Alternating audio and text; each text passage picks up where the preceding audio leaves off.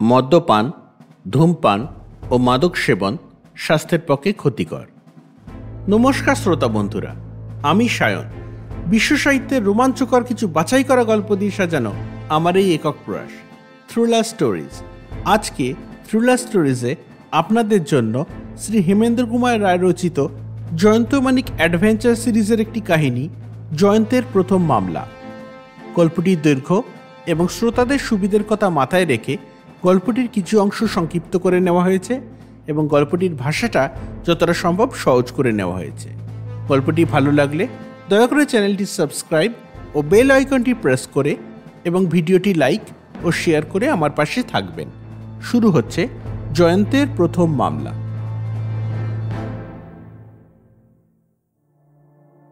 আমার বন্ধু জয়ন্ত গোয়েন্দাগিরি করে এখন যথেষ্ট যশস্বী হয়েছে। সে যে কত মামলার কিনারা করেছে তার আর সংখ্যা হয় না, কিন্তু তার প্রথম মামলার কথা আজ পর্যন্ত লিপিবদ্ধ করা হয়নি। মামলাটি যদিও বিশেষ অসাধারণ নয়, তবু তরুণ বয়স থেকেই সে যে কিরকম আশ্চর্য পর্যবেক্ষণ শক্তির অধিকারী ছিল, আমার এই কাহিনীর ভিতরে তার উজ্জ্বল পরিচয় পাওয়া যাবে। আমি আর জয়ন্ত তখন 3rd ইয়ারের ছাত্র।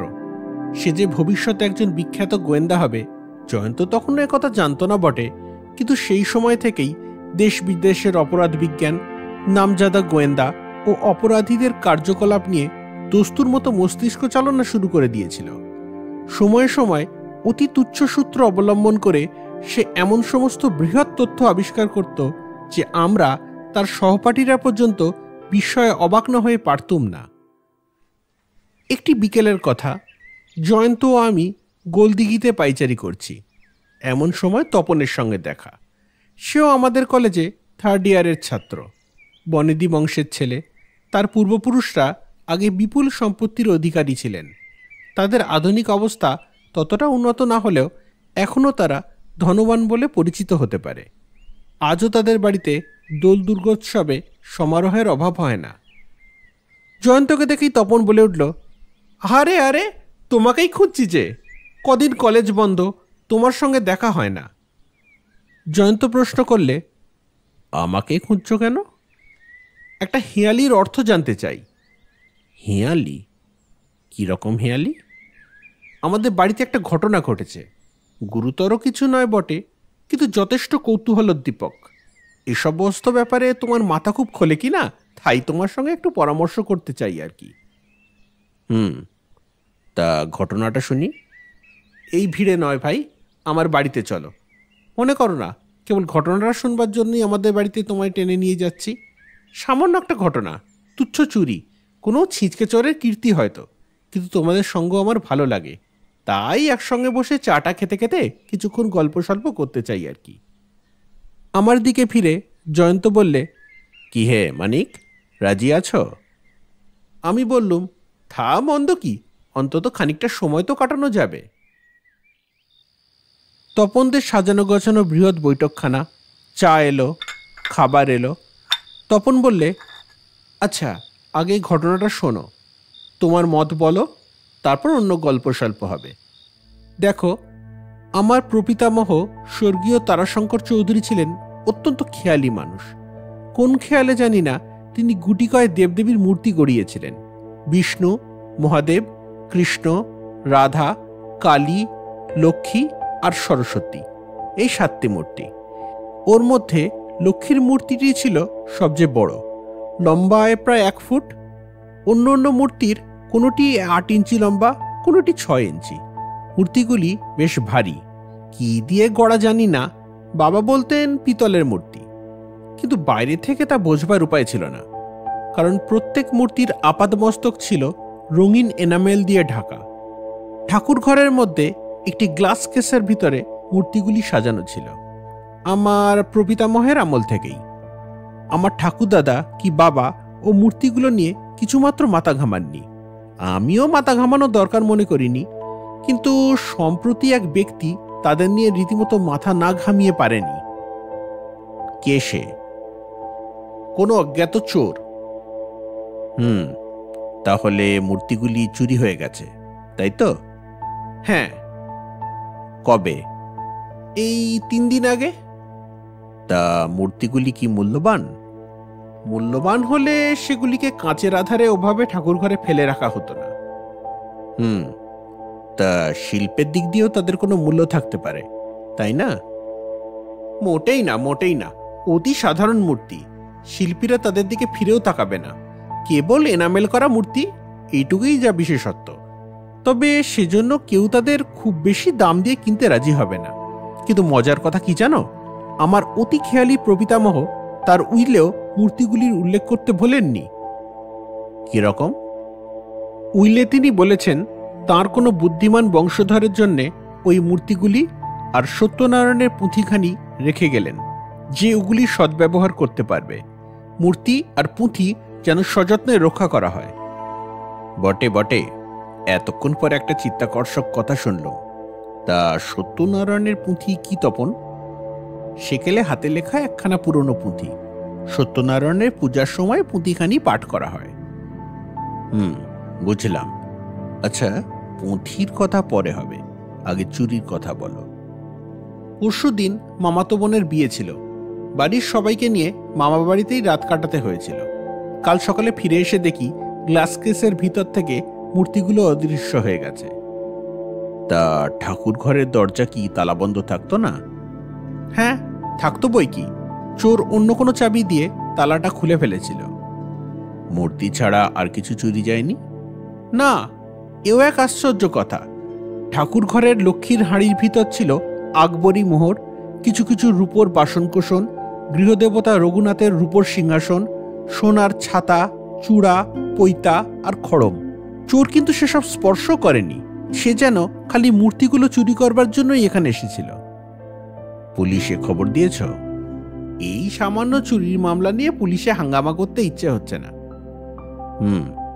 তা কারুর ওপরে তোমার সন্দেহ হয়? কাকে সন্দেহ করব বলো? দাস, দাসী, পাচক, দারোয়ান সকলেই বাবার আমলের পরীক্ষিত লোক। এতদিন পরে তাদের কারুর এই তুচ্ছ মূর্তিগুলোর ওপরে দৃষ্টি পড়বে কেন? তাছাড়া বাড়িতে থাকেন শীতলবাবু, তাঁর কর্তব্য দুরকম। ছোট ছোট ছেলে মেয়েদের পড়ানো আর এটা সেটা তত্ত্বাবধান করা। 3 বছর কাজ করছেন, বুঝলে। প্রায় আমাদের সংসারেরই একজন হয়ে উঠেছেন। গরিব মানুষ হলেও লেখাপড়া জানা নিরীহ সচ্চরিত্র ব্যক্তি। সমস্ত রকম সন্দেহের অতীত উনি। জয়ন্ত বললে, তা তোমাদের এই সত্যনারায়ণের পুঁথির কথাটা এইবার বলো। তোমার প্রপিতামহ ওই পুঁথিখানাকেও যখন সযত্নে রক্ষা করতে বলেছেন, তখন ওর মধ্যেও নিশ্চয়ই কোনো বিশেষত্ব আছে। তপন বললে, বিশেষত্ব? পুঁথির ভিতরে আবার কি বিশেষত্ব থাকবে?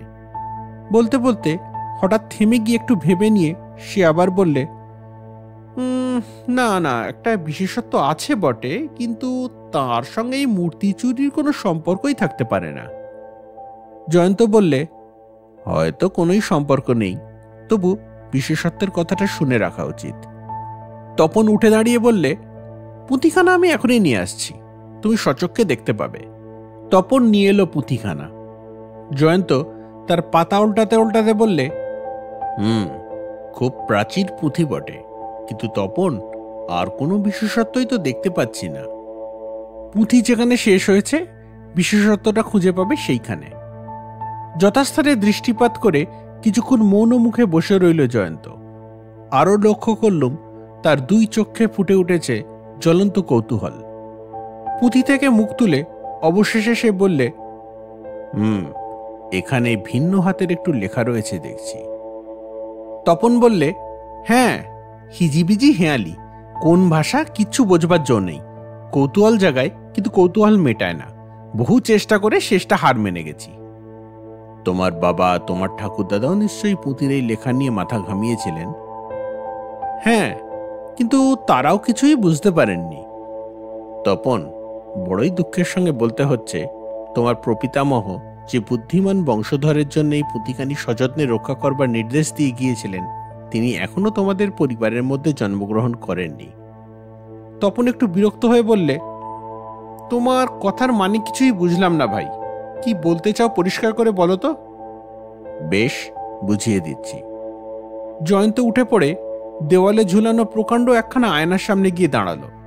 তারপর পুঁথিখানা তুলে ধরে আয়নার ভিতরে তার প্রতিবিম্ব দেখতে দেখতে একখণ্ড কাগজের উপরে কি সব লিখতে লাগলো।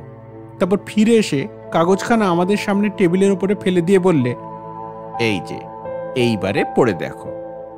সাগ্রহে ঝুঁকে পড়ে আমরা দুজনে এই কথাগুলি পাঠ করল। অভাবে স্বভাব নষ্ট করিবে না, সর্বদা দেবদেবীর মূর্তি স্মরণ করিবে। নিশ্চিত জানিও, তোমার অভাব লইয়া মাথা ঘামাইতে হইবে না, চিন্তা দূর করিবে। লক্ষ্মী ছাড়া হইলে জীবনে লক্ষ্মীর ঝাঁপি বিশেষ কাজে লাগে না, জগদীশ্বর কতরূপে দ্রষ্টব্য। তপন চমৎকৃত কণ্ঠে বললে, আরে বাবা, এই হেঁয়ালির ভিতরে এইসব কথা লেখা ছিল? জয়ন্ত বললে, হ্যাঁ, কিন্তু যা তুমি হেঁয়ালি বলে ভ্রম করছো তা হচ্ছে আমাদের সরল মাতৃভাষাই, কেবল উল্টোভাবে সাজানো। উল্টোভাবে সাজানো মানে? এ হচ্ছে একরকম সাদাসিধে গুপ্তলিপি। ইংরেজিতে একে বলে লুকিং গ্লাস সাইফা বা দর্পণ গুপ্তলিপি। পঞ্চদশ শতাব্দীতেও ইতালীয় চিন্তাশীল চিত্রশিল্পী লিওনার্দো দা ভিঞ্চি এই উপায়ে গুপ্তলিপি রচনা করে গিয়েছেন। আয়নার সামনে ধরলেই এরকম গুপ্তলিপি খুব সহজেই পাঠোদ্ধার করা যায়। তপন বললে, এত সহজে গুপ্তলিপি পাঠোদ্ধার করে তুমি যথেষ্ট বাহাদুরির পরিচয় দিয়েছ ভাই, কিন্তু এটা আমাদের কোন কাজে লাগবে? এ তো কতগুলো মামুলি উপদেশ মাত্র। সকলেই যা জানে তার জন্য আবার গুপ্তলিপির কি প্রয়োজন? ঠিকই বলেছ তপন, এরকম মামুলি উপদেশের জন্য গুপ্তলিপির প্রয়োজন হয় না। তার উপরে উপদেশগুলো কেমন যেন খাপ ছাড়া। আমার কি সন্দেহ হচ্ছে জানো, তোমার প্রপিতামহ এই গুপ্তলিপি রচনার সময় অতিরিক্ত সাবধানতা অবলম্বন করেছিলেন। যেমন বেনারসের একরকম কৌটোর ভিতরেও আবার কৌটো থাকে, তেমনি এই গুপ্তলিপির প্রথম রহস্যের ভিতরেও অন্য কোনো রহস্য রয়েছে। আচ্ছা, তোমরা এখন দয়া করে একটু বাইরে যাও, বুঝলে? আমাকে কিছুক্ষণ একা থাকতে দাও, একবার চেষ্টা করে দেখি গুপ্তলিপির আসল অর্থ আবিষ্কার করতে পারি কিনা। বৈঠকখানার পাশেই ছিল তপনদের লাইব্রেরি। তপন আমাকে সেই ঘরের মধ্যে নিয়ে গেল। সাধারণত বাঙালিদের বাড়িতে এত বড় লাইব্রেরি চোখে পড়ে না। মস্ত ঘরের চারিদিকে দেওয়ালের আধখানা ঢেকে দাঁড়িয়ে রয়েছে আলমারির পর আলমারি। ভিতরকার বইগুলোর নাম পড়তে পড়তে কেটে গেল খানিকক্ষণ। ফিরে বললুম, আচ্ছা তপন, এখানে যতগুলো বইয়ের নাম পড়লুম সবই দেখছি পুরনো যুগের। হ্যাঁ, তা তো হবেই। এ ঘরের 4 ভাগে 3 ভাগ কেতাব সংগ্রহ করে গিয়েছেন আমার প্রপিতামহ। বই কেনা আর বই পড়াও ছিল তাঁর আরেক অদ্ভুত খেয়াল। বই কেনা আর বই পড়াকে তুমি অদ্ভুত খেয়াল বলে মনে করো? জানো, আমরা পশুত্বের ধাপ থেকে মনুষ্যত্বের ধাপে উঠতে পেরেছি কেবলমাত্র জ্ঞানার্জনের দ্বারা। জানি ভাই, জানি। তবুও যে কোনো বিষয়ে এই বাড়াবাড়িটাকে আমি ফ্যাট বলেই মনে করি। না, যা আমাদের মনকে উন্নত করে, প্রশস্ত করে, তার বাড়াবাড়িও নিন্দনীয় নয়। দেখছি তোমার প্রপিতামহ একজন অত্যন্ত সুধী ব্যক্তি ছিলেন। হঠাৎ পাশের ঘর থেকে জয়ন্ত অত্যন্ত উত্তেজিত কণ্ঠে ডাক দিলে, তপন, মানিক, শিগগির করে এসো। আমরা বৈঠকখানায় ঢুকে দেখলুম জয়ন্ত একখানা কাগজের দিকে তাকিয়ে স্থিরভাবে বসে রয়েছে। তপন শুধলে, ব্যাপার কি ভায়া? গুপ্তলিপির ভিতর থেকে আর কোনো নতুন অর্থ আবিষ্কার করতে পেরেছ নাকি? পেরেছি। তোমাদের বাড়ির যত অনর্থের মূলেই রয়েছে এই অর্থ। অর্থটা শুনি। এখন নয়, অর্থটা ইঙ্গিতময়, শুনলেও ভালো করে বুঝতে পারবে না। অর্থটা প্রকাশ করবার আগে আমি একটা কথা জানতে চাই। হ্যাঁ বলো, কি কথা? সত্যনারায়ণের পুঁথির এই বিশেষত্ব নিয়ে তুমি আর কারুর সঙ্গে আলোচনা করেছো কি? আগে আগে করতুম বই কি, কিন্তু কেউই ওই হেঁয়ালি বুঝতে পারেনি। শেষটায় হতাশ হয়ে হাল ছেড়ে দিই। কেবল গত মাসে শীতলবাবুর কৌতূহল দেখে পুঁথিখানা তার হাতে দিয়েছিলুম বটে। তারপর? শীতলবাবু পরদিন পুঁথিখানা ফিরিয়ে দিয়ে বললেন তিনিও কিছুই বুঝতে পারেননি। শীতলবাবুকে একবার এখানে ডাকবে? তিনি তো বিকেলেই দেশের জন্য বাজার হাট করতে বেরিয়ে গিয়েছেন, সন্ধ্যের আগে ফিরতে পারবেন না। দেশের জন্য বাজার হাট বলতে বুঝলাম না। হ্যাঁ, তার কোন আত্মীয়ের বিয়ে, তাই 1 সপ্তাহের ছুটি নিয়ে কাল তিনি দেশে যাচ্ছেন। কাল কখন?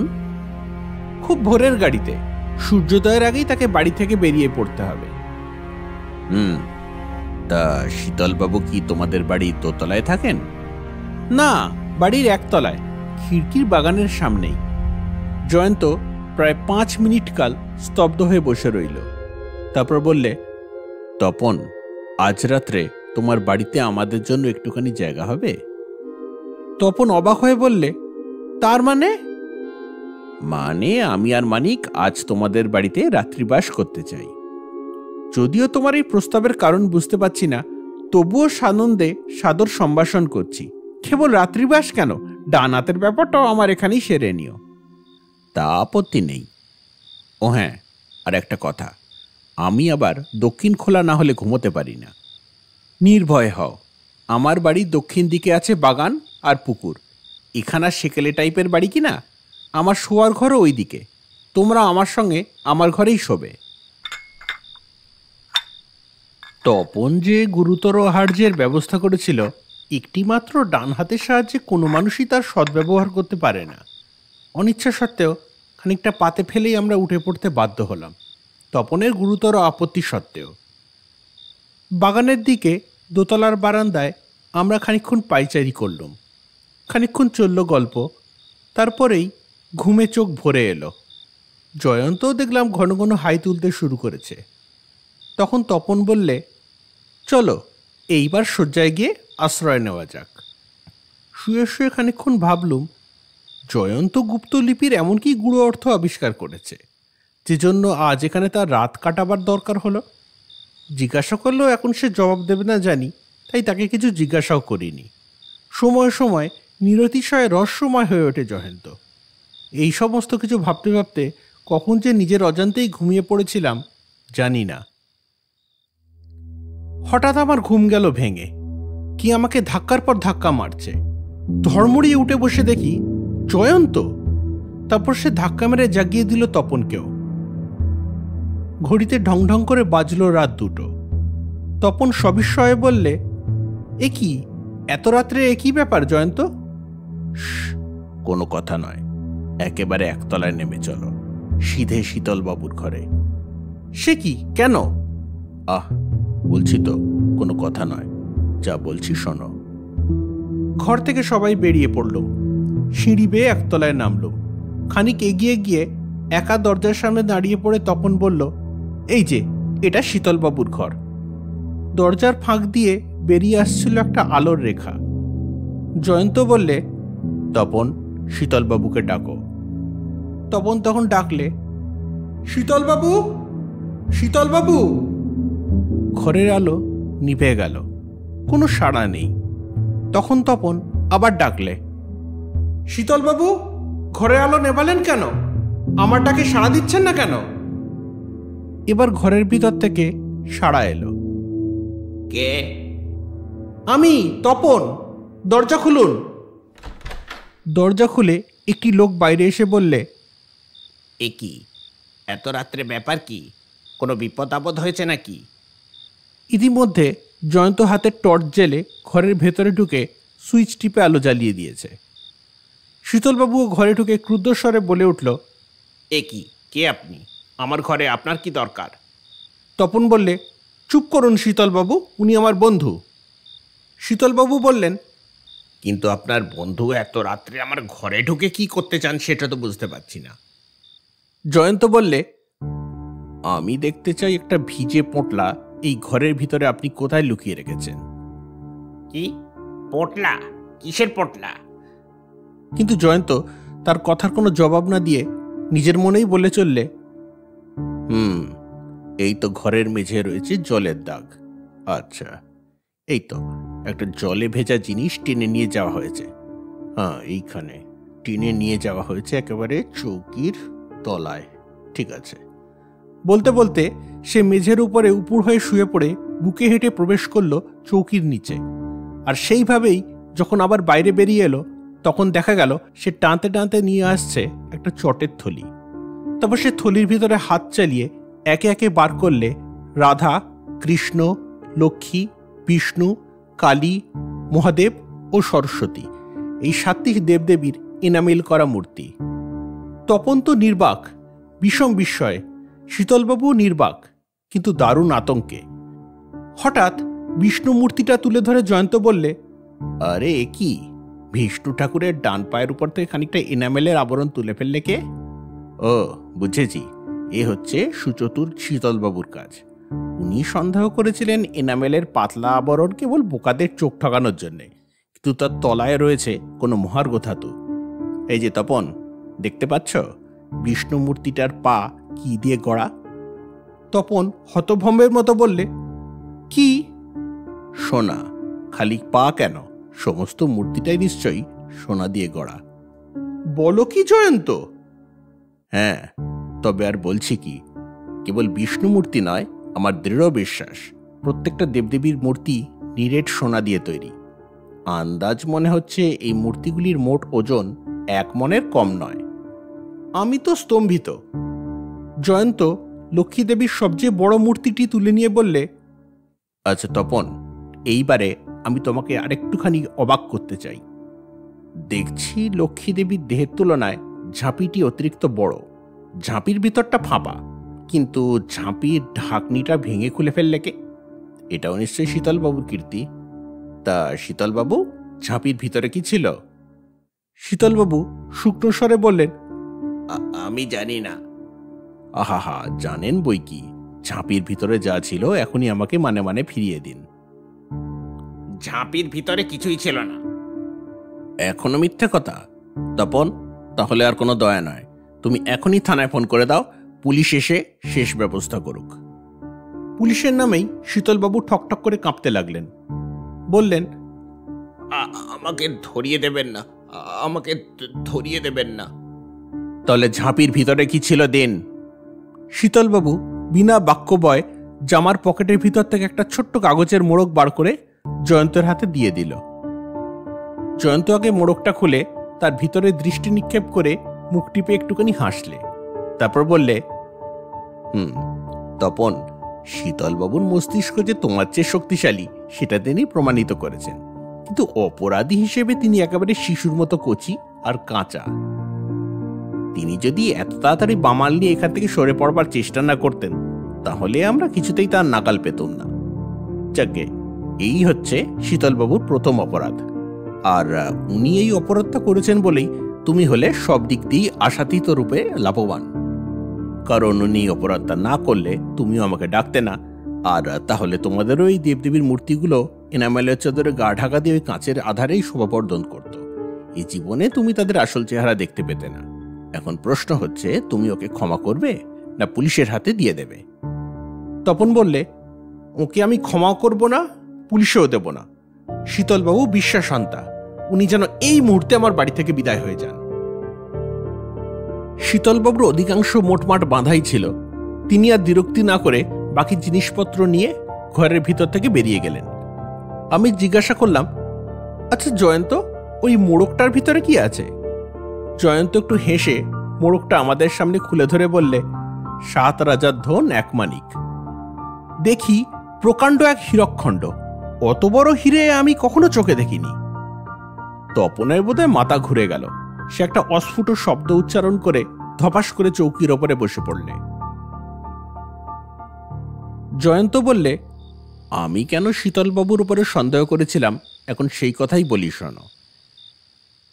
এনামেল করা মূর্তিগুলি যে অত্যন্ত মূল্যবান আর সত্যনারায়ণের পুঁথিখানি যে অতিশয় দরকারি, এতদিন কেন যে তোমাদের এমন সন্দেহ হয়নি সেটা আমি কিছুতেই বুঝে উঠতে পারছি না।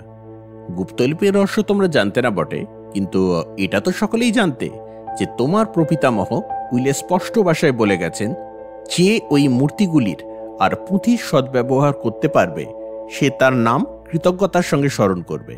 হয়তো অভাবে পড়নি বলেই তোমরা ওই কথাগুলির ওপরে বিশেষ ঝোঁক দাওনি, হয়তো অভাবে পড়লেই তোমাদেরও মাথা খুলে যেত। আমি গুপ্তলিপির পাঠোদ্ধার করার আগেই ওই কথাগুলি শুনেই নিশ্চিতভাবে ধরে নিয়েছিলাম যে দেবদেবীর মূর্তিগুলি মহামূল্যবান। অবশ্য গুপ্তলিপি পড়বার পর ও সম্বন্ধে আমার আর কোনো সন্দেহই থাকেনি। বাড়ির লোকই যে চুরি করেছে এটা বুঝতেও আমার দেরি হয়নি। ঠাকুর ঘরের তালার জন্য নতুন একটা চাবি গড়বার সুযোগ হয় বাড়ির লোকেরই। বাইরের লোক মূর্তি রহস্য জানত না, অতএব কেবল মূর্তিগুলি চুরি করেই সরে পড়ত না। ঘটনার দিন রাত্রে বাড়িতে ছিল দাসদাসী, পাচক আর দারোয়ানেরা। নিশ্চয়ই তাদেরও কেউ চুরি করেনি, কারণ তাহলে সে ঠাকুর ঘরের সোনার উপর জিনিসগুলো ফেলে যেত না। বাড়ির ভিতরে তাদের কথা বাদ দিলে বাকি থাকে কেবল শীতলবাবু। আমার যুক্তি বললে সেই চোর, কিন্তু কেন সে বেছে বেছে কেবল মূর্তিগুলি চুরি করলে? আমার মতো সেও কি ভিতরের রহস্য আবিষ্কার করবার কোনো সুযোগ পেয়েছিল? তপনকে জিজ্ঞাসা করে জানলুম পেয়েছিল। মাসখানেক আগে সে হস্তগত করেছিল পুঁতিখানা। খুব সম্ভবত আমার মতো তাড়াতাড়ি সে গুপ্তলিপির পাঠোদ্ধার করতে পারেনি। সেই চেষ্টাতেই তার কিছুদিন কেটে যায়। তারপর নতুন চাবি গড়িয়ে চুরি করে সে প্রথম সুযোগেই। কিন্তু চোরাই মাল সে রাখলে কোথায়? অত রাত্রে মূর্তিগুলো নিয়ে নিশ্চয়ই সে বাড়ির বাইরে যেতে সাহস করেনি। কেউ না কেউ ঠিক তাকে বেরোতে দেখতে পারে। আর বাইরেই বা সে যাবে কোথায়? তার বাসা যখন এই বাড়িতেই। কিন্তু চোরাই মাল সে নিজের ঘরে রাখতেও ভরসা করবে না। পুলিশে খবর দিলে পুলিশ এসে তার ঘর খানাতল্লাশ করতে পারে। অতএব চোরাই মাল সে এমন একটা জায়গায় লুকিয়ে রেখেছে যা তার ঘরের বাইরে, কিন্তু বাড়ির বাইরে নয়। কিন্তু সেই জায়গাটা কোথায়? তার ঘরের পাশেই রয়েছে বাগান আর পুকুর। বাগানের মাটি খুঁড়ে বা পুকুরের জলে ডুবিয়ে মূর্তিগুলি লুকিয়ে রাখা যেতে পারে। শীতলবাবু বুদ্ধিমান, কিন্তু কাঁচা অপরাধী। ধরা পড়বার ভয় দুদিন যেতে না যেতেই স্থির করলেন কোনো জ্বরে ছুটি নিয়ে দেশে চলে যাবে। আমি তৎক্ষণাৎ আমার পথ দেখতে পেলুম। সে দেশে যাবে কাল সকালে। আর যাবার সময় বহুমূল্য মূর্তিগুলো নিশ্চয়ই এখানে ফেলে রেখে যাবে না।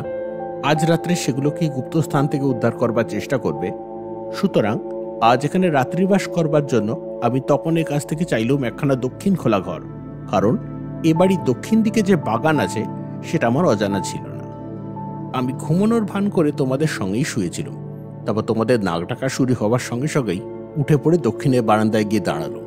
যা দেখবার আশা করেছিলাম রাত 1:45-র সময় দেখতে পেলুম ঠিক সেই দৃশ্যটাই। খুব সাবধানে বাগানে এসে দাঁড়ালো শীতলবাবু। তারপর পুকুর পাড়ে গেল। জলের ভিতর থেকে দড়ি টেনে বার করলে পোঁটলার মতো কি একটা জিনিস। তারপরের কথা বলবার আর কোনো দরকার নেই। আমি বললুম, কিন্তু এখনো আমরা আসল কথা শুনতে পেলুম না। জয়ন্ত বললে, কি কথা জানতে চাও বলো? গুপ্তলিপির ভিতর থেকে তুমি দ্বিতীয় কি অর্থ আবিষ্কার করেছ? কেবল আমি নই, শীতলবাবু আবিষ্কার করেছে। অর্থটা কি? জয়ন্ত আমাদের সামনে এক টুকরো কাগজ খুলে ধরলে। তার উপরে লেখা ছিল গুপ্তলিপির সেই উপদেশগুলি, অভাবের স্বভাব নষ্ট করবে না প্রভৃতি। তারপর সে বললে, তপনের প্রপিতামহ সাবধানতার উপর সাবধানতা অবলম্বন করেছিলেন। কেউ যদি লুকিং গ্লাস সাইফারে গুপ্তকথা ধরতেও পারে, তাহলেও সে গূঢ় অর্থ বুঝতে পারবে না। কথাগুলোকে উপদেশ বলেই গ্রহণ করবে। কিন্তু ভালো করে এই উপদেশের শব্দগুলোকে লক্ষ্য করো। মোট লাইন কটা আছে? 6টা। এখন প্রত্যেকটা লাইন থেকে যদি প্রথম আর শেষ শব্দ নিয়ে পরে পরে সাজিয়ে দাও, তাহলে পাওয়া যাবে এই কথাগুলো। অভাবে দেবদেবীর মূর্তি তোমার অভাব দূর করিবে, লক্ষ্মীর ঝাঁপি বিশেষ রূপে দ্রষ্টব্য। দেখছো, এখানেও সাবধানতা। স্পষ্ট করে কিছু বলা হয়নি, কেবল ইঙ্গিত। কিন্তু বুদ্ধিমানের পক্ষে ওই ইঙ্গিতই যথেষ্ট। আমি বললুম, তাহলে উপন্যাসের মরালটা কি দাঁড়ালো? জয়ন্ত হেসে বললে, মনীষা থাকলেও বুদ্ধিমান ব্যক্তি যদি অসৎ পথে যায়, তবে শেষ পর্যন্ত তাকে ঠকতে হয়, যেমন শীতলবাবু। আর মনীষা না থাকলে সৎ পথে নির্বোধকেও লাভবান করে, যেমন আমাদের তপন। তপন হেসে বললে, যতই আজ বাক্যবাগুরা বিস্তার করো, আমি কিচ্ছু গ্রাহ্য করব না। আমার সোনার দেবদেবীদের শত শত প্রণাম করে এখনই দুর্ভেদ্য লোহার সিন্ধুকে তুলে রাখব। থ্রিলার স্টোরিসে আজ শুনলেন শ্রী হেমেন্দ্র কুমার রায় রচিত জয়ন্ত মানিক অ্যাডভেঞ্চার সিরিজের একটি কাহিনী, জয়ন্তের প্রথম মামলা। গল্পের বেতার নাট্যরূপ, ধ্বনি পরিকল্পনা, গল্প পাঠ ও পোস্টার ডিজাইনে আমি সায়ন। এই চ্যানেলটি আমার একক প্রয়াস। গল্পটি ভালো লাগলে দয়া করে চ্যানেলটি সাবস্ক্রাইব ও বেল আইকনটি প্রেস করে এবং ভিডিওটি লাইক ও শেয়ার করে আমার পাশে থাকবেন। কথা দিচ্ছি, যত শীঘ্র সম্ভব আপনাদের কাছে আমার পরবর্তী প্রয়াস উপস্থাপন করব। ভালো থাকবেন ও ভালো রাখবেন। নমস্কার।